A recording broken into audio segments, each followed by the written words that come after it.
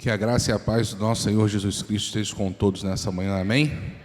É bom estar aqui mais uma vez com essa oportunidade dada primeiro pelo Senhor e depois pela confiança do nosso pastor em o que tem acontecido na nossa igreja. Já peço desculpa a alguns irmãos, porque realmente eu deixei de responder alguns durante esses dias, eu não estou muito bem de saúde. Confesso que faltou pouco para mim falar com o pastor. Pastor, assume aí que eu não vou, porque passei no UPA na sexta-feira, estou com o princípio de pneumonia, mas já medicado, já sendo cuidado, e para a honra e glória do nome do Senhor, poder estar trabalhando na casa dele. Amém? A palavra de hoje ela vai ser bem breve, bem objetiva, e vai tratar algo muito comum para o nosso dia a dia, algo presente em nosso meio. E eu já queria começar dizendo: Viviane, minha esposa, que ali atrás está em pé a me olhar, eu te amo muito. Amém? Amém, filho? Dá um amém aí. Amém. Aí vocês vão pensar assim: o que ele está fazendo? Está declarando amor a Viviane? Sim, estou declarando amor à minha esposa. Pastor, te amo. O que ele está fazendo agora? Está puxando o saco? Alguns pensaram, eu sei. Pastor Antônio, te amo. Daniel, te amo. Clenilda, te amo. E se eu for falar aqui, eu vou falar de todo mundo. Mário, também te amo. Mário olhou ali assim e falou assim: pô, tia Rita não vou falar não, porque a tia Rita eu já falo quase todo dia. Gilmar, te amo. Fernando, Marquinho, você quer ouvir também? Eu te amo. Nós já falamos eu te amo para alguém que não seja para sua esposa ou sua namorada, ou para sua mãe ou seu pai? É algo gostoso. É algo gostoso de falar e muito bom de ouvir. Quer experimentar? Vira para alguém aí e fala: eu te amo. Amém. Alguns ficaram bem mais fáceis, né? Com quem está ao lado, né? Mas o amor é algo presente na vida do cristão. Quem aqui poderia me falar um versículo da Bíblia que tem a palavra amor? Peraí. Qual?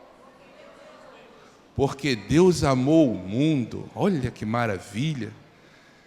Quem poderia aqui dizer aonde se encontra? João 3,16. Vamos abrir nossas Bíblias lá no Evangelho de João, no capítulo 3, no versículo 16, que talvez muitos nem precisem abrir, pois sabem de cor e salteado. Sabem esse versículo de trás para frente? Sabem esse versículo desde criança? Sabem a importância desse versículo? E que tenho certeza que vivem esse versículo. João 3,16 vai dizer, como os irmãos já disseram: porque Deus amou o mundo de tal maneira que deu o seu Filho unigênito para que todo aquele que nele crê não pereça, mas tenha a vida eterna. Qual é o contexto para que Jesus fale isso? Você conhece? Você sabe qual é a história que levou Jesus a falar esse versículo? Quem quiser acompanhar pode deixar a sua Bíblia aberta. Se você voltar um pouco no capítulo 2, no versículo 13, uma passagem também conhecida, que fala de Jesus purificando o templo, fala que a Páscoa dos judeus estava se aproximando e Jesus sobe a Jerusalém. Meus amados, a festa dos judeus, a festa da Páscoa dos judeus. Por que frisar a Páscoa dos judeus? Porque a Páscoa dos judeus e a nossa Páscoa é diferente. O judeu comemora a Páscoa significa passagem. A palavra no grego significa passagem, passar. O povo judeu comemora a Páscoa comemorando a sua passagem pelo Mar Vermelho, deixando a escravidão do Egito e entrando rumo à terra prometida. Para nós é diferente, a nossa comemoração é pela passagem de Cristo da morte para a vida, ressuscitar, trazer vida nova para nós. E nesse momento, dessa festa, começando a chegar os dias dessa festa em Jerusalém, Jesus vai para Jerusalém. E ao chegar no templo, ele encontra ali, os cambistas vendendo, e ele entra e todo mundo sabe o que acontece. Se você não sabe, você pode ler aí. Ele vai destruindo tudo ali, derrubando tudo, jogando dinheiro no chão, expulsando os animais, expulsando os vendedores. E isso causa um rebuliço dentro do templo. Mas por que citar esse momento? Porque esse momento é o momento que Jesus causa um impacto dentro do templo, junto aos judeus. Os judeus que ali estavam não aceitavam, não concordavam com a atitude de Jesus. E eles questionam a Jesus e falam assim: quem é você? Que sinal você me dá para poder fazer uma coisa dessa? Jesus então fala: destruirei o templo e reconstruirei em 3 dias. Glória seja dada ao nome do Senhor. Como pode um judeu entender uma coisa dessa, visto que 46 anos foi o tempo para ser construído aquele templo? Não entra na cabeça de quem está ali naquele momento ouvindo Jesus. E eles falam: como pode? Se em 46 anos se levou para construir esse templo, você refazer em 3 dias? Mas o próprio texto fala que Jesus não estava falando daquele templo, mas do nosso corpo, o templo do Espírito Santo. O que seria uma passagem, um divisor de águas, antes de Cristo e depois de Cristo. Ele vem trazer para aquele momento histórico em Jerusalém, entre o povo de Israel, uma mudança, que naquele momento não estava sendo entendido, nem mesmo pelos seus discípulos. Jesus agora vai sair da cidade, ele vai continuar o seu ministério, e no versículo 23, Jesus volta para Jerusalém, já na época da Páscoa, já na festa. E então, no versículo 1 do capítulo 3, começa uma das histórias mais famosas da Bíblia. Jesus vai receber Nicodemos e começar a conversar com ele. Mas quem é Nicodemos? Quem é esse homem? Esse homem, ele é mestre, ele é conhecedor da lei. E aonde é o primeiro encontro de Nicodemos com Jesus? Lá no templo, na atitude de Jesus em derrubar tudo, em fazer algo diferente naquele momento. Aquela atitude causou espanto, causou revolta entre os judeus, mas alguns que estavam atentos, causou dúvida. E Nicodemos foi um que teve dúvida. Espera aí, quem é este homem?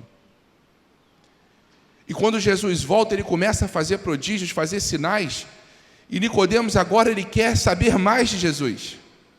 Ele quer conhecer esse Jesus. Porque lá nas Escrituras que ele domina na Torá, ele toma tudo aquilo, ele é mestre. Ele faz parte do conselho. Ele tem dentro do sinédrio a sua cadeira garantida. E isso eu estou falando para que os irmãos entendam a posição de Nicodemos. Não era um homem simples, era um homem poderoso. Ele era um homem tão poderoso que o desejo dele ir até Jesus conhecer, ele não pode ir, porque as pessoas não podem ver um mestre da lei que vai buscar respostas em uma pessoa que tem mais tempo para os pecadores do que para os sacerdotes. Jesus passa mais tempo com o povo do que dentro do templo, mas fala com sabedoria de uma forma que os mestres não entendem. Mas aí o que Nicodemos faz? Ele sai à noite. O que quer dizer sair à noite? Sair escondido.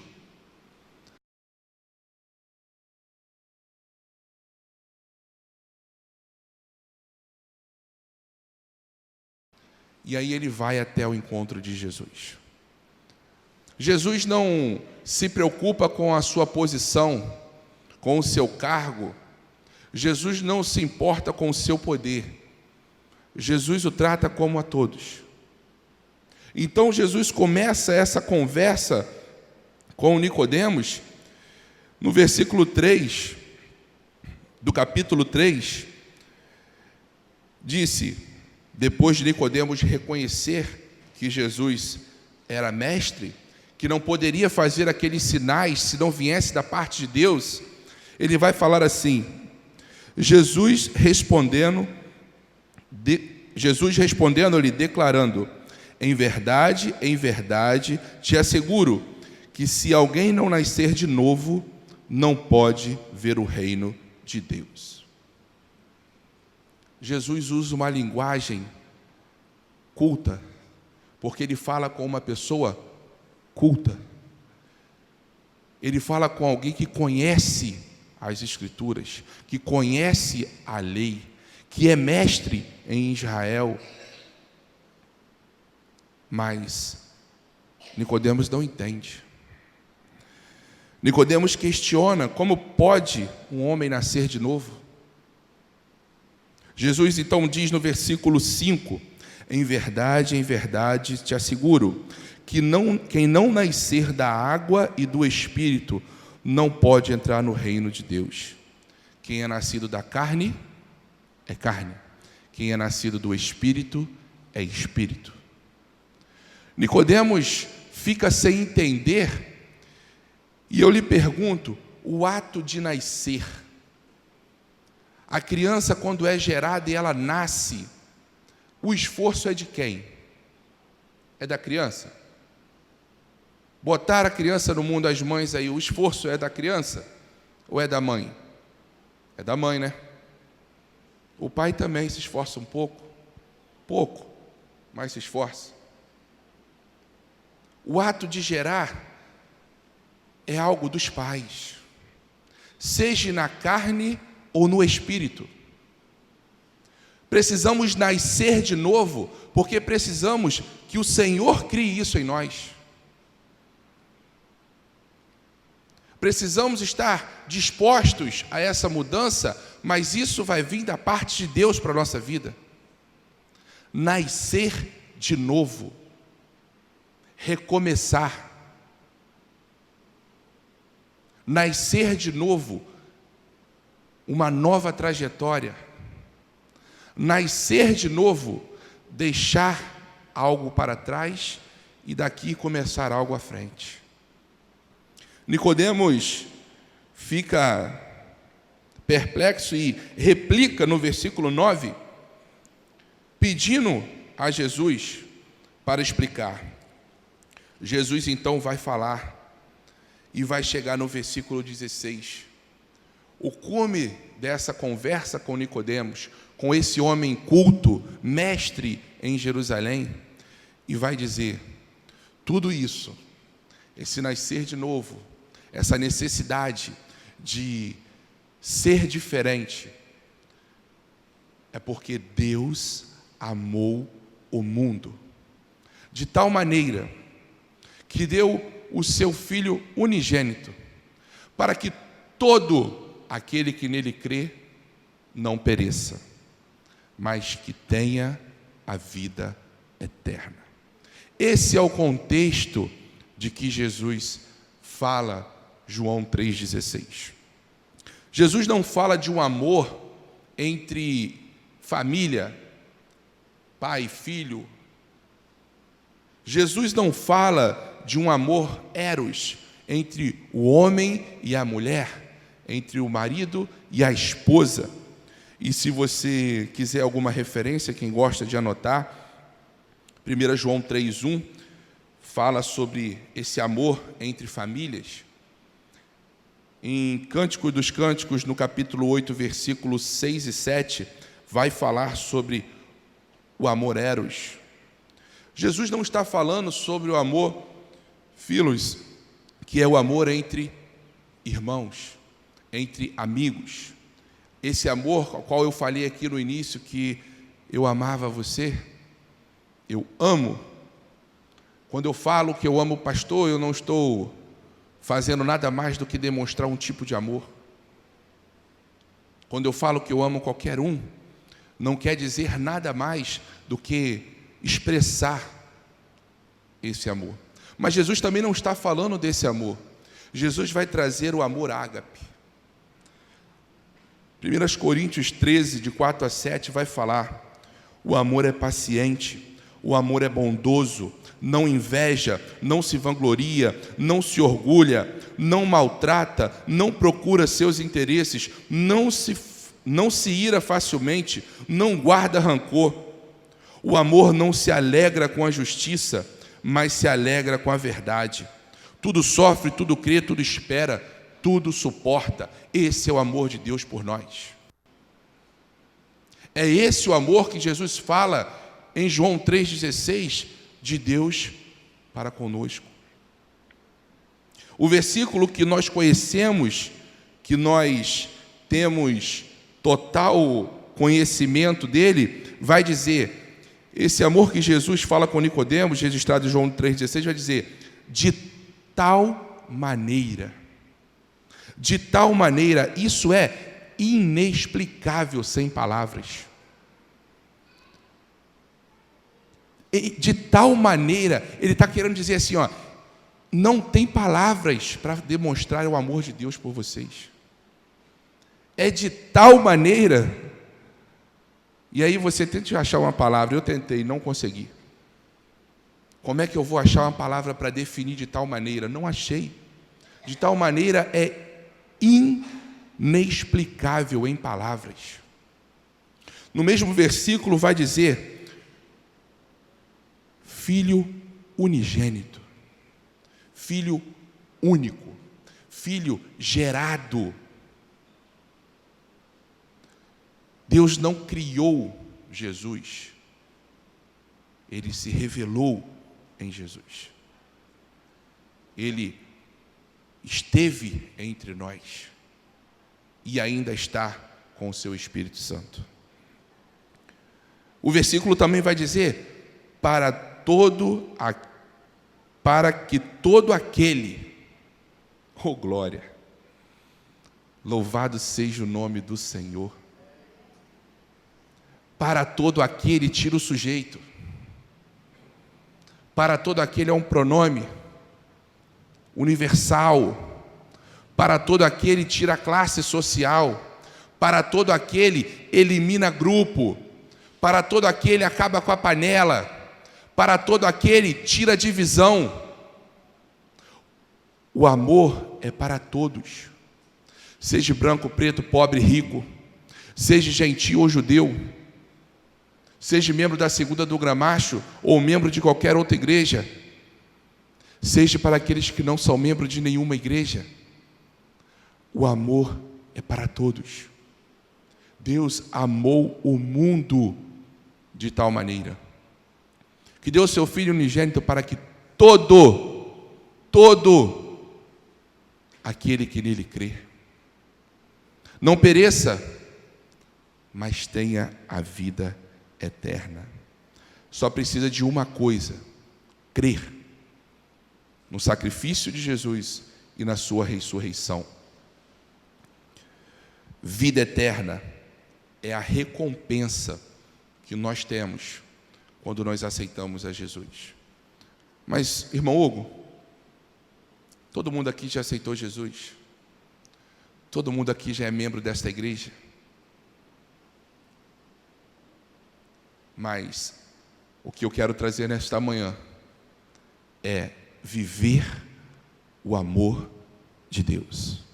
o amor que nós conhecemos, o amor que nós decoramos, o amor que nós sabemos, mas que às vezes nós esquecemos de exercê-lo em nossa vida. Temos, com o passar do tempo, visto alguns logos da nossa igreja, alguns oficiais, outros não oficiais, uma igreja para pertencer, Sibigramacho, amém? Amém? Uma igreja para pertencer, um lugar para todos. E quando esses todos chegam, temos recebido com amor? Estive, algum tempo atrás, em uma igreja junto com o pastor Eliseu, e eu me lembro que, quando nós chegamos nessa igreja, o pastor Eliseu falou para mim assim: Hugo, não fala que eu sou pastor, não. O senhor lembra?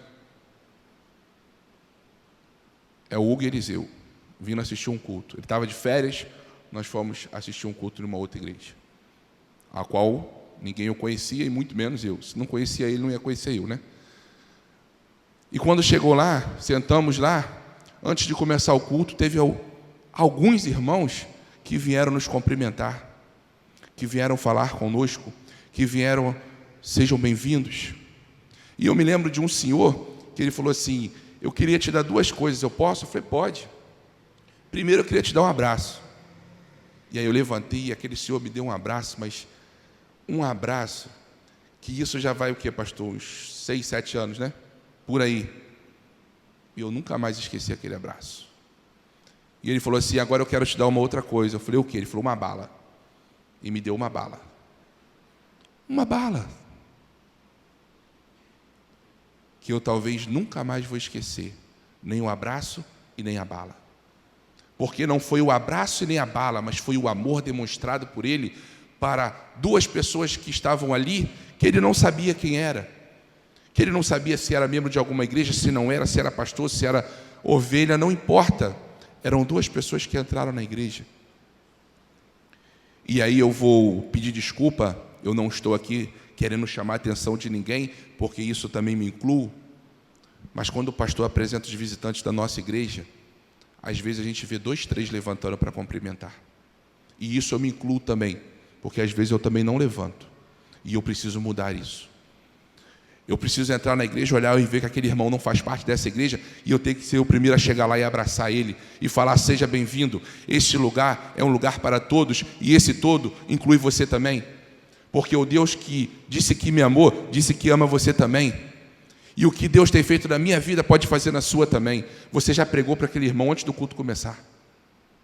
Quando o pastor subir aqui, ele só vai levantar a mão. Quantas pessoas têm entrado na nossa igreja? Hoje, isso talvez não tenha acontecido, porque o trabalho do cultivar tem sido muito bom. Em pegar os visitantes, em cuidar dos visitantes. Mas quantas vezes entrou alguém aqui e saiu sem ouvir uma palavra fora do microfone? Precisamos despertar para o amor que nós conhecemos, mas que às vezes na correria nós se preocupamos em fazer as coisas acontecer. Lembro da minha esposa me chamar a atenção que eu chego na igreja, eu vou falar com o pastor está precisando de alguma coisa, ele já me pede para resolver, eu volto, Ministério da Família, programação, desce, sobe, faz isso, faz aquilo, pede aquilo, já se preocupa. E eu sou assim. Eu estou aqui sentado, eu já estou esperando o primeiro louvor do ministério acabar para poder olhar, se nenhum diácono tirar, eu já vou tirar o gasofilazo. Eu sou assim, é o meu jeito de ser. Tia Rita fala: você tem que parar um pouco, mas é o meu jeito. Eu gosto de estar ativo na obra do Senhor, e às vezes acaba até atropelando um pouco, fazendo o que não cabe a mim fazer, mas eu faço de coração. Mas ainda é pouco, eu preciso fazer mais. Mas a minha esposa me chama a atenção, porque às vezes eu me preocupo em fazer tanto, que muitas vezes eu esquecia de sentar para ouvir a palavra e adorar. Hoje, no culto, eu não me permito sentar depois do terceiro banco. Se eu sentar depois do terceiro banco, já estou incomodado. Isso eu. E graças a Deus a minha família também abraçou isso comigo. Eu gosto de sentar dos 3 primeiros bancos, e de preferência do lado de cá, que aí todo mundo já sabe que eu sento aqui, né, pastor? Tem aquele negócio do banco, né? Quando olha, já vê que o irmão não está naquele banco, então o irmão não veio hoje. O irmão só senta naquele banco. Mas quando o coral canta, eu tenho que passar para o outro lado. Mas eu quero estar nos 3 primeiros bancos, porque a atenção fica voltada somente para o altar do Senhor. Não que quem sente lá atrás não esteja, mas, né, perde a facilidade um pouco quando alguém conversa. O amor de João 3,16 é conhecido pela igreja. O amor falado em João 3,16 é, sem palavras, o conhecimento universal do povo de Deus. Mas precisamos viver um pouco mais. Precisamos demonstrar esse amor um pouco mais. Precisamos estender a mão um pouco mais. E precisamos, principalmente, além de falar desse amor para as pessoas, viver esse amor com as pessoas. O Ministério de Louvor vai estar entoando, e eu pedi ao Enoque que estivesse cantando o mesmo louvor que o Ministério cantou, porque quando eu sentei ali, a irmã estava fazendo a leitura da palavra e leu no Evangelho de João. O primeiro louvor que o Ministério cantou falou sobre amor. E nesse momento eu quero adorar ao Senhor novamente com a igreja esse amor. E eu não tenho costume, quem me conhece, nas vezes que eu tenho a oportunidade de ministrar a palavra, eu não tenho o costume de fazer movimento dentro da igreja. Eu não tenho o costume de pedir ninguém para falar com ninguém. Isso não é um costume meu. O ministério pode entoar o louvor, mas eu quero primeiro te convidar, para quem puder ficar de pé, louvar ao Senhor esse cântico com o seu coração. Feche seus olhos e louve com o seu coração nessa manhã. Aleluia. Para a cruz eu vou, Jesus. Seu sofrer participar, da sua obra vou cantar, meu Salvador. Nesse momento você fala só com Deus. Na cruz mostrou, agradece o amor que Ele revelou para você. amor do Pai, O amor do Pai, o justo Deus, que enviou Jesus para morrer por mim e por você. Aleluia. pela cruz me chamou, gentilmente me atraiu, e eu, sem palavras, me aproximo, quebrantado do seu amor.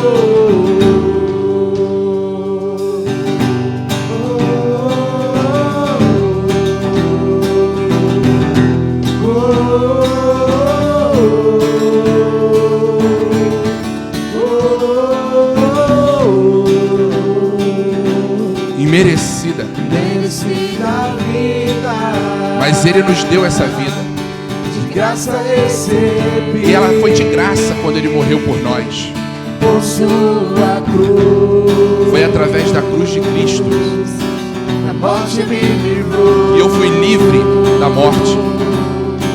trouxe minha vida. Ele me deu vida. Eu estava condenado, Eu estava condenado, mas pela cruz, pelo sacrifício de Cristo, eu fui reconciliado. Então cante, meu irmão, solte a sua voz. Pela cruz me chamou, gentilmente me atraiu, e eu, sem palavras, me aproximo, quebrantado do seu amor. Pela cruz me chamou, gentilmente me atraiu, e eu, sem palavras, quebrantado, o seu amor, impressionante é o seu amor.